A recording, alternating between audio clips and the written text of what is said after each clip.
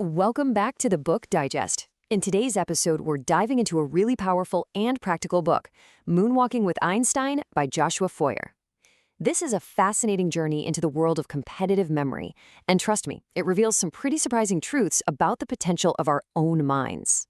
So picture this, you're watching the US Memory Championship, and you see someone memorize a completely shuffled deck of cards in under 2 minutes, or hundreds of random numbers in just a few more. It's wild. When journalist Joshua Foer saw this for himself, he described it as seeing, feats that seemed like they came from some kind of supernatural ability, right? So that led him to this really fundamental question. Were these mental athletes just born different? Were they savants with some kind of rare neurological gift? Or was this something else entirely? Was it a skill that, in theory, anyone could learn?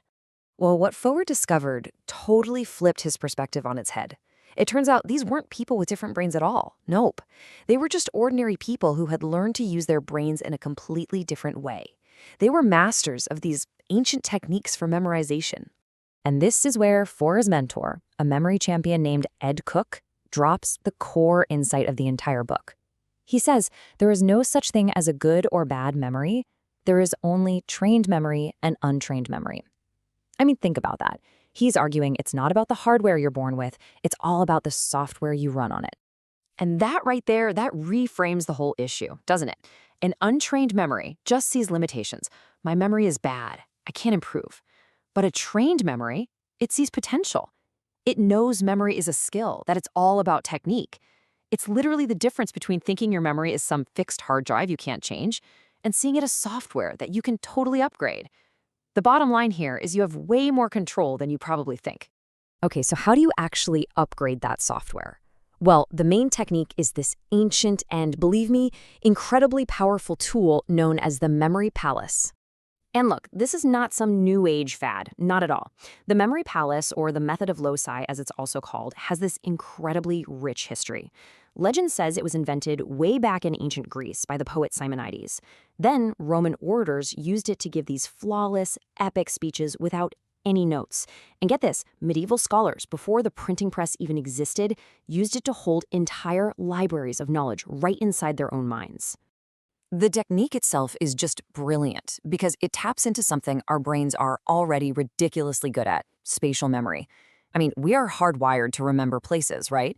The memory palace just hijacks that natural ability and uses it as a framework, like mental scaffolding, to hang other more abstract information on. So, you want to build one? It's actually pretty straightforward. First, you pick a place you know like the back of your hand. Your childhood home is perfect. Second, and this is the fun part, you turn whatever you want to remember into these bizarre, unforgettable images. Think weird, funny, emotional. Then you just place each of those images at a specific spot in your palace. And to remember everything, you just take a little mental stroll through the space and see the images you left there. Now that word bizarre is absolutely key here. Our brains are wired to remember what's unusual, what's funny, what's shocking, not what's boring. That is the entire principle at work. Which brings us to the title of the book. To remember a specific playing card, Foer created this mental image of Michael Jackson moonwalking in a certain room of his memory palace. See? That image, it's specific, it's unusual, it's personally resonant, it is infinitely more memorable than just remembering the 6 of spades. That's the secret sauce. Okay, but this is about more than just cool party tricks. These techniques actually reveal something much deeper about how all experts learn, whether we're talking about memory champions or chess grandmasters or master musicians. It all comes down to a really cool concept called chunking. Basically, this is how our brains get around the natural limits of our working memory. So instead of trying to hold, say, 7 individual letters in your head, you can hold 7 words, which contain way more information. The classic example here is chess, of course. A beginner looks at the board and just sees 32 individual pieces. Their brain is totally overwhelmed. But an expert? They don't see pieces, they see meaningful patterns. They see chunks of information, like the Sicilian defense. Because of thousands of hours of practice, they can hold vastly more strategic information in the very same mental space. But that leads to another really critical question, right? We all learn skills, but most of us, we kind of stop improving once we get reasonably competent. We get good enough. Why does that happen? Foer introduces this awesome concept called the OK plateau. Think about driving a car.